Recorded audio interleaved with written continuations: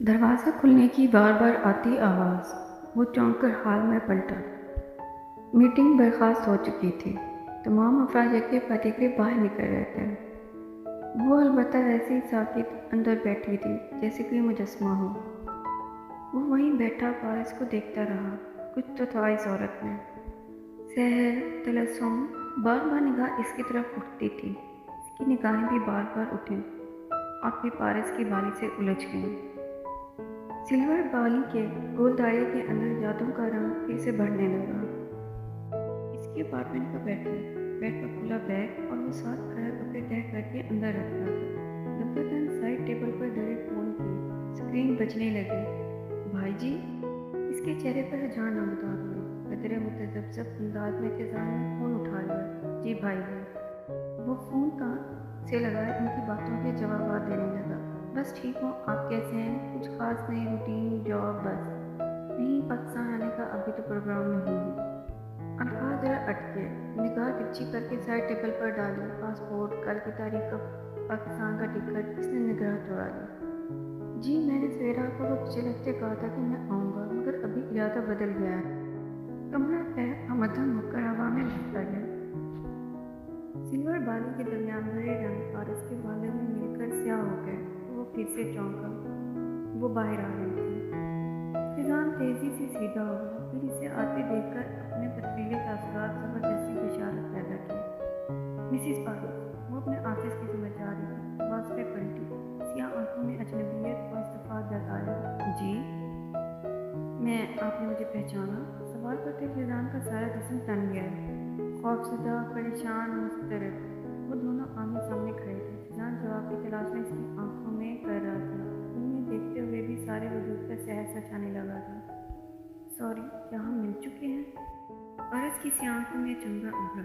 जानकर माजरे से सर उसे नहीं ला गया। मैं फाइज हूँ। उसने दास्ता वक्फा दिया। सॉरी, आप किस सिलसिले में आए हैं? फिजान की तने तासरात रिलैक्स हुए। इत्मीनान और सुकून।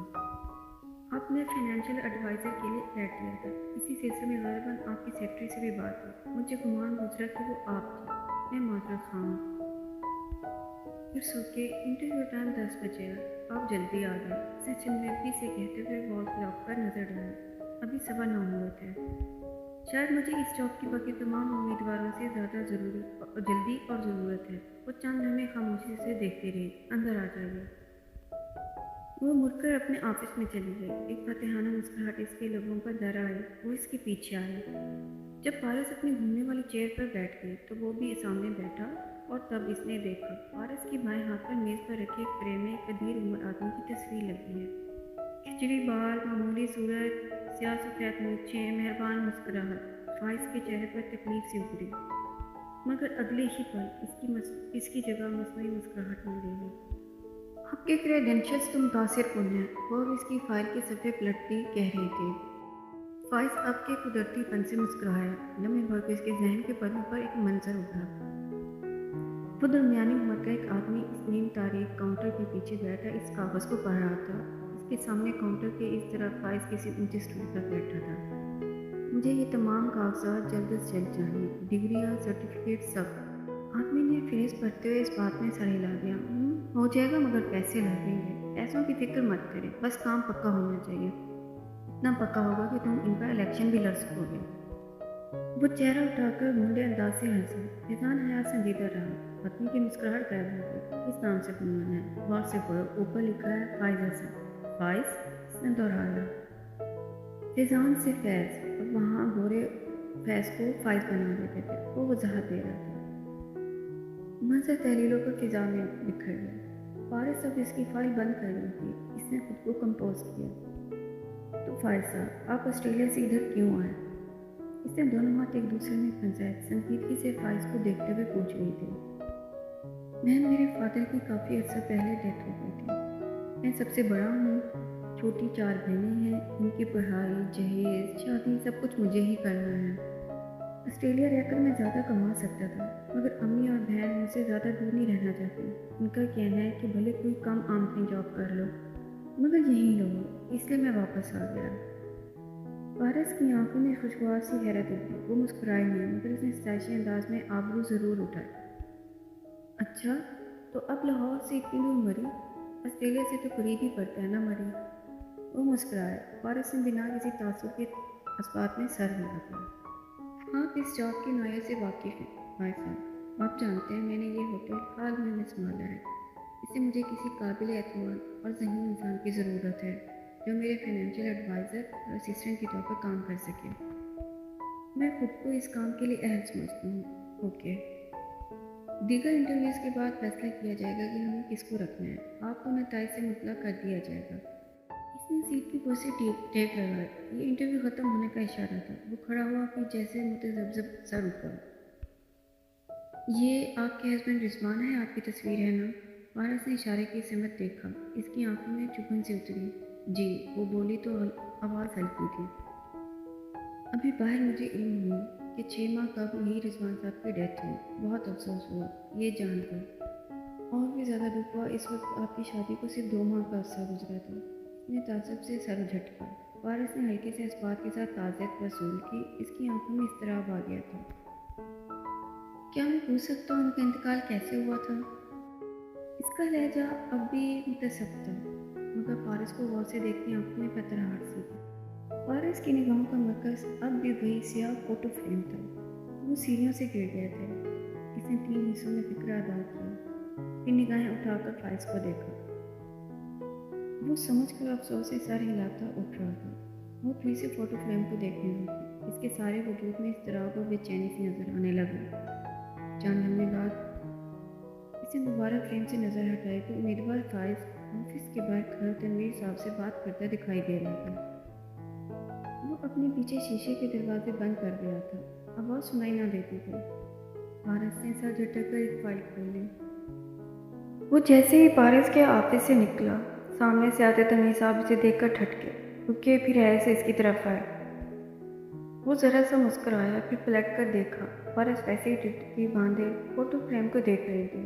फैजी, तुम अमेरिका से कब आए? साथ ही उन्होंने फारस की सिमत देखा। वो अब मुताले के लिए कोई फाइल खोल रही थी। ऐसा तनवीर साहब, यहाँ मुझे फाइज हसन के नाम से पुकारा जाता है और इसी नाम से पुकारा जाएगा जब मैं मैडम फारस का फाइनेंशियल एडवाइज़र भर्ती कर लिया जाऊँगा। क्या मतलब? यानी तुम? इनकी आंखों में परेशानी उतर आई। फिर से फारस को देखा। वो मुतवज्जा नहीं थी। मेरे ऑफिस में आओ, धीमी सरगोशी में कहकर वो मुड़ गया। वो हल्की सी मुस्कुराहट के साथ इनके पीछे और गया। चंद मिनट बाद वो तनवीर साहब के ऑफिस में इनके सामने बैठा था। इसका अंदाज पुरसुकून था, जबकि तनवीर साहब फिक्रमंद दिखाई दे रहे थे। मुझे शुरू से बताओ, सारा मामला क्या है? सिंपल, मैं भाई जी की मौत का सुराग लगाने आया हूँ। इसकी बात पर तनवीर साहब के चेहरे पर तजब्जुब उभरा। तुम जानते हो उनकी मौत कैसे हुई थी? आप बताइए, कैसे हुई थी? सीढ़ियों से गिरे थे। यह वाकई तनवीर भाई? इसका अंदाज सच सा था। फैजी, ये सीढ़ियों वाली बात तो पारस ने सबको बताई है, मगर मेरे लिए ज़्यादा अहम वो बात है जो आपने इनकी वफात के बाद अमेरिका फ़ोन करके बताई थी। वो मेरा वहम हो सकता है। और फैजी ने इनको बात कंप्लीट ना करने दी और बोला, वो आपका वहम नहीं था। आप बहुत क्लियर थे इस बारे में कि जब भाई जी को गुस्ल दिया गया तो आपने वाज़ेह तौर पर इनके सर के पिछले हिस्से में किसी नोकीली चीज़ के खूब जाने का निशान देखा था। मैं अब भी क्लियर हूँ, वो जल्दी से बोले। और यही वो ज़ख्म था जो इन्हें सीढ़ियों से गिरने पे आया, जिसकी वजह से इनका इंतकाल हुआ। जहाँ फरमाया आपने, मगर याद करें, आपने ही मुझे बताया था कि इस वक्त सीढ़ियों पर या इनके दामन में कोई ऐसी नोकीली चीज़ नहीं थी जिसके ऊपर गिरने से इस तरह की चोट आती है। ऐसा ही था, उन्होंने हाथ तस्लीम कर लिया। मैं अपनी कही बातों पर कायम हूँ। तुमसे बहस करके मेरा मकसद तुम्हें कोई भी इंतहाई कदम उठाने से रोकना था फैजी, मगर हकीकत यह है कि मेरे जहन ने कभी भी इस जहरी हादसे को कबूल नहीं किया, ना ही मैं इसे कबूल कर सका हूँ। इसके चेहरे पर कर्ब उतरा। चंद साने वो कमरे में खामोशी छा गई। तुम जनाजा भी नहीं पढ़ सके। काश मेरा तुमसे जल्दी रब्ता हो जाता। पारस ने भी बस थोड़ा बहुत ऊपर इंतजार किया कि तदफीन करा दी। सवेरा की फ्लाइट का मसला था, वो भी नहीं आ सकी और तुमसे तो बात ही तीसरे दिन हो पाई। वो अफसोस से याद कर रहे थे। और इससे ज़्यादा दर्दनाक बात क्या होगी तनवीर भाई कि भाई जी के इंतकाल वाले दिन मैं पाकिस्तान में ही था। और 3 दिन बाद हर शहर से बेखबर जब वापस पहुंचा तो आपके मैसेजेस देखे। तनवीर साहब का मुंह खुले का खुला रह गया। तुम पाकिस्तान में थे? तो क्या तुम रिजवान से मिले थे? तुम कहाँ थे? आखिरी दफ़ा कब बात हुई थी मोइन से? वो बख्तियार आगे को हुई, चेहरे पर परेशानी थी जैसे उस हैरत सब वाजे था। अमेरिका में आखिरी बार 4 दिसंबर की रात को हुई थी। मैं पाकिस्तान आने के लिए पैकिंग कर रहा था। इनका फ़ोन आया मगर मैंने इन्हें अपनी आमद का नाम बताया। इसे ठीक 4 दिन बाद मैं उधर पहुंच चुका था। ये वही दिन था जिस रात भाई जी की डेथ हुई थी। वो बोल रहा था, आंखों में गिरचियाँ से चुभ रही थी। मैंने इन्हें अपनी आमद की इत्तला इसलिए नहीं दी थी कि मैं इनसे मिलने से पहले फारस मैडम के बारे में तहकीक करना चाहता था।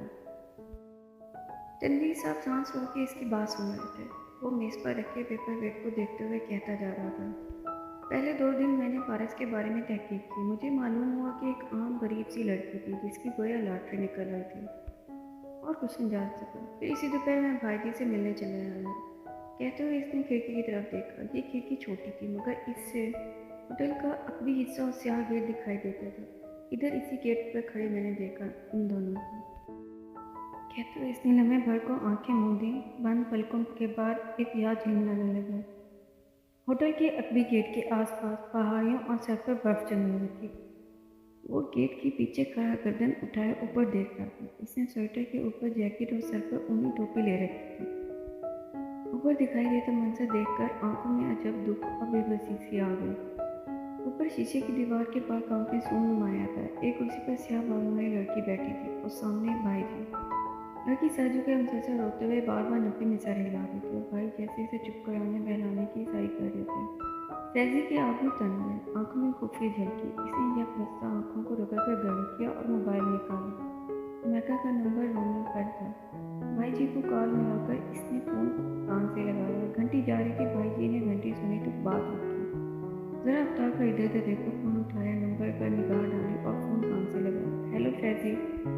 अंदाज मसरूफ था। फारस एकदम उठ खड़ी हुई जैसे जाने लगी हो। भाई जी के मुंह से फैजान का नाम सुनकर जाने लगी है। भाई जी ने जल्दी से इसका हाथ पकड़ कर जैसे रोका। भाई जी मुझे आपसे बात करनी है। मैं बाद में बात करता हूँ तुमसे, अभी मैं मसरूफ हूँ। भाई जी मेरी बात आपकी मसरूफियत से ज़्यादा ज़रूरी है। वो दबे दबे इश्तियाक से बोले। ऊपर जमी निगाहों में तपिश डर है।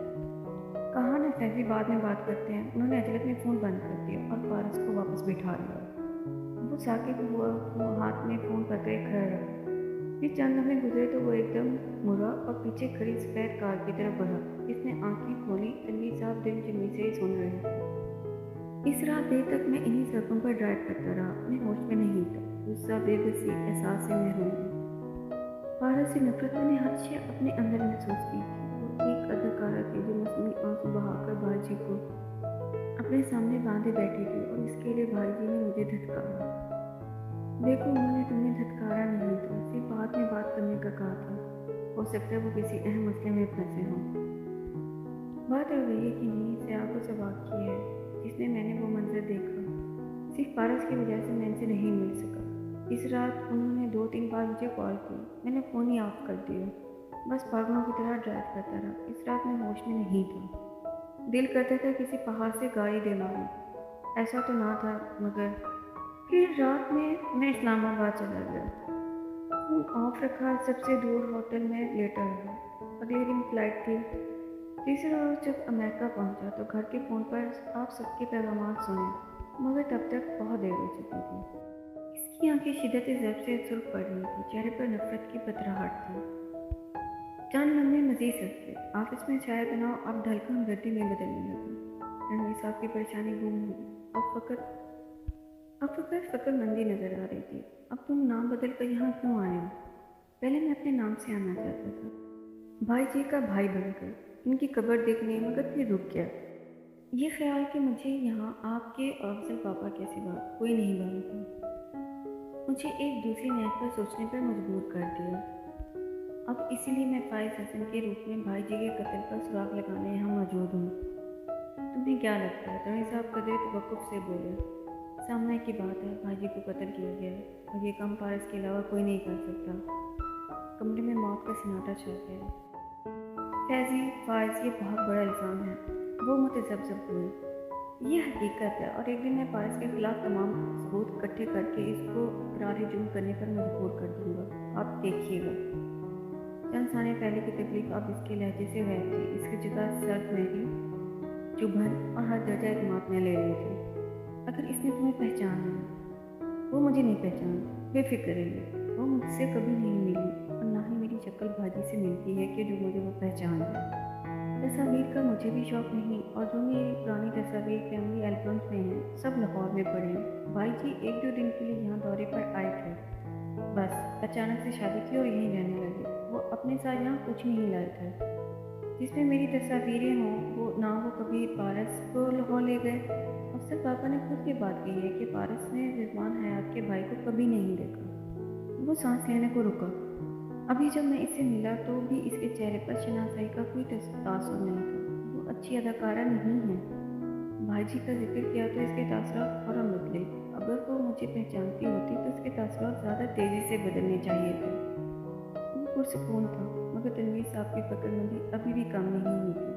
और अब अगर वो तुम्हें पहचान गई तो कत्ल इसने किया, डरना इसे चाहिए। मैं किस बात से डरूं? तनवीर साहब लाजवाब हो गए।